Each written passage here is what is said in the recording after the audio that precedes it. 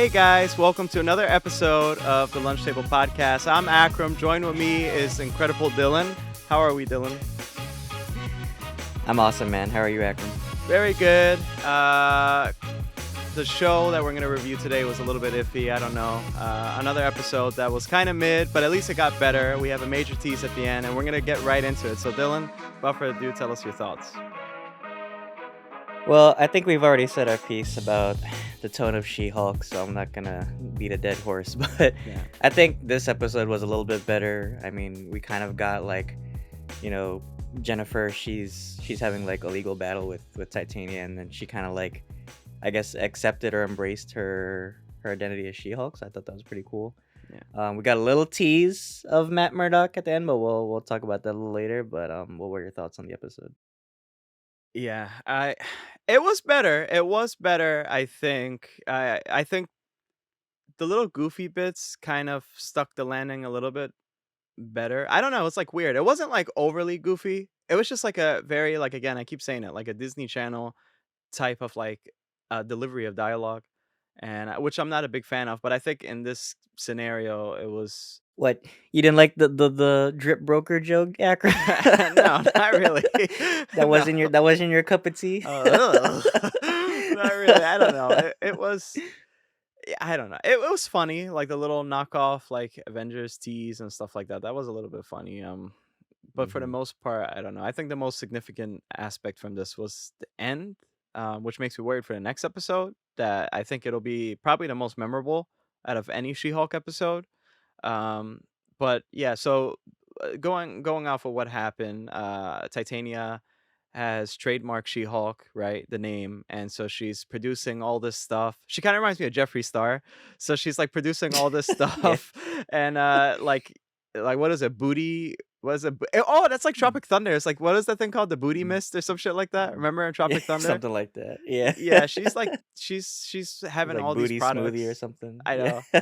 They should have got Shane Dawson. And they wanted to get canceled. They should have had Shane Dawson also. That's like a That's cameo. the real cameo they should have brought in. Shit. Like, remember when I was talking about like how I felt like this felt like a fucking like commercial or shit? Like, Yeah. it was literally advertising the whole. Like, I wouldn't be surprised if we saw like some fucking like Kate Spade or Chanel commercial like thrown in there. It was so stupid, but Yeah, it was I don't know, but so Jennifer is using Amelia, so that's another lawyer in the firm, and she basically will represent Jennifer, and they're gonna do another court case, which is fine because I know one of your things that you were saying is you wish there was more like court elements inside She-Hulk, and this mhm. was more like court based and a little bit more less It felt goofy. Yeah. So what did you yeah, it think of definitely that?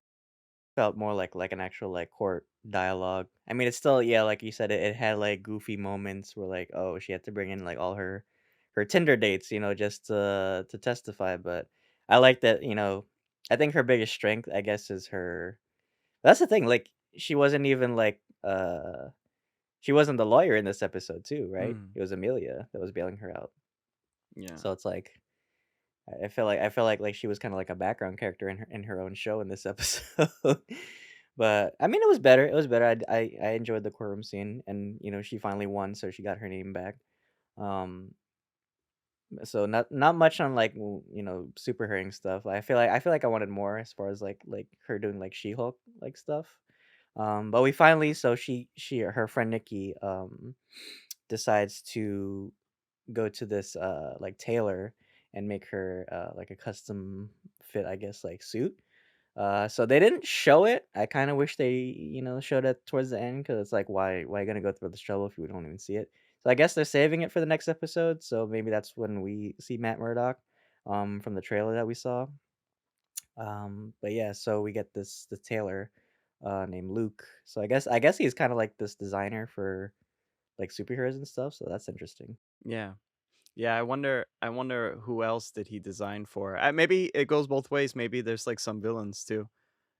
Like I wonder. That's true. That's a cool Mm-hmm. introductory thing for like other shows. I mean, that's just the element. Again, the MCU feels like this amusement park where like there's certain like places you could go to, right? And so I think that opens the doors for things. I think what I took away mostly from this episode, number one was the ending. I think that for everybody, it was the ending. Number two was the Easter egg for Daredevil, where Pug like is like going with Nikki, And like apparently in the background at the end, like little animation, they showed like a Deadpool like sneaker.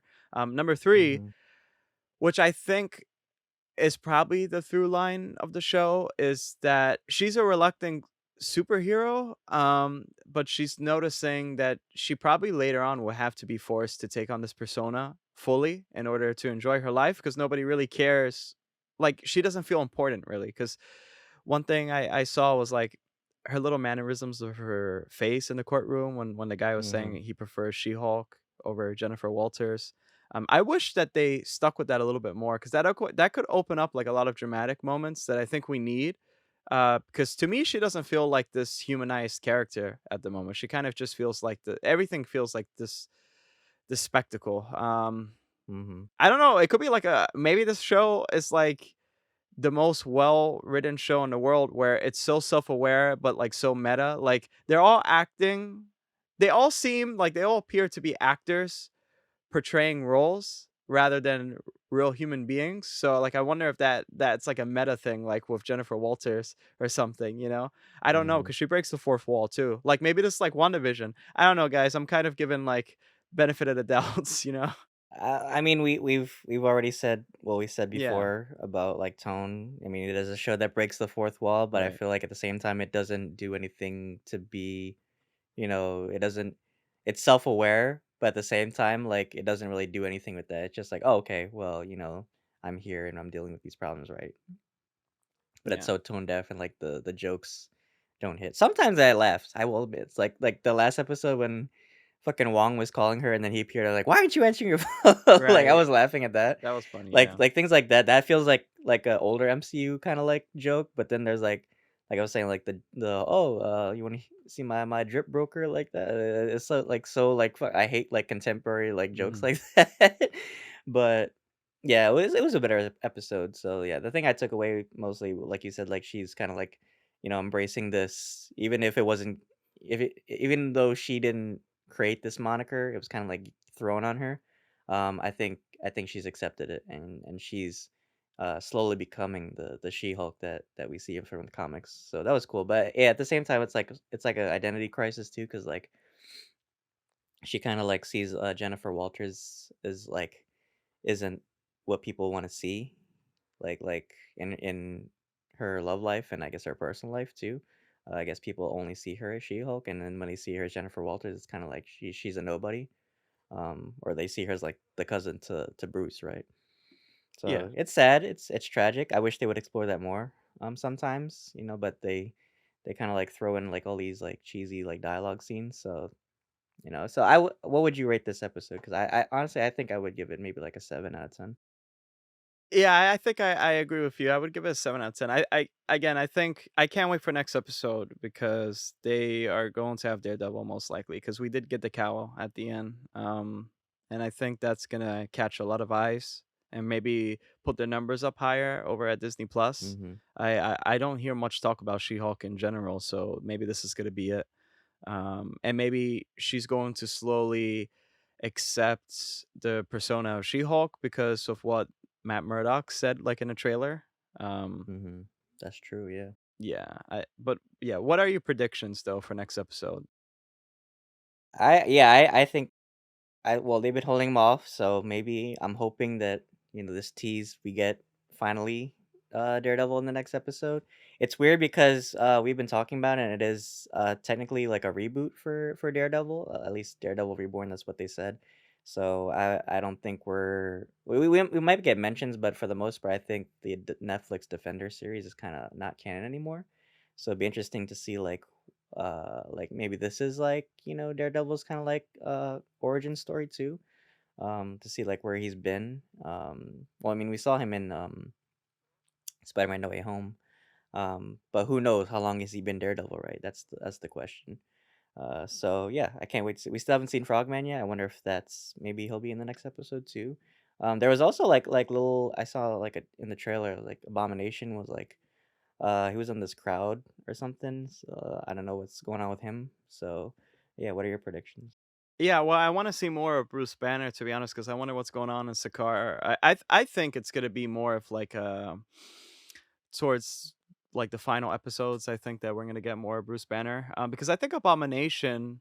I wonder if that place he was in was like Bruce's like place in Mexico, and they're like Mm. having a party there. So, Mhm. and I wonder if how She-Hulk's so like kind of cheesy. I wonder if Scar would end up being there or something. Or I heard it's Mhm. like mostly end credit stuff, so I'm not really too sure.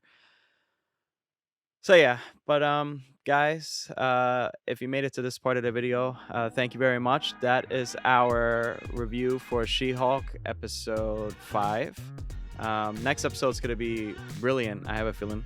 Yeah, so we have a lot of like exciting stuff coming up too. We have Avatar Revisited. We cannot wait to actually watch the movies in the theaters. I hope it's like worth actually revisiting the theater, because didn't they release like a Spider-Man thing, Dylan, recently? Yeah, they did the more fun stuff version. I didn't watch it, I didn't honestly, but watch it it. was, like, more apparently, like, 11-minute longer than the other one, so I'll Yeah. check it out maybe. I don't know if it's worth the money. They should have released that on Blu-ray.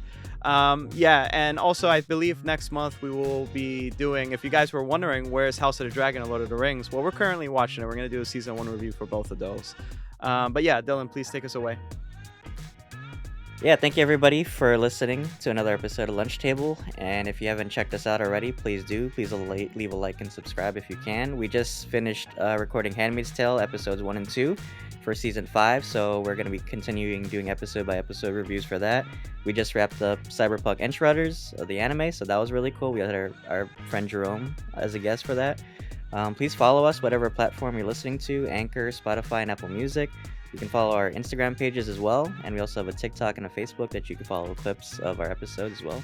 So thank you so much, and until then, thanks for having lunch with us. See you guys.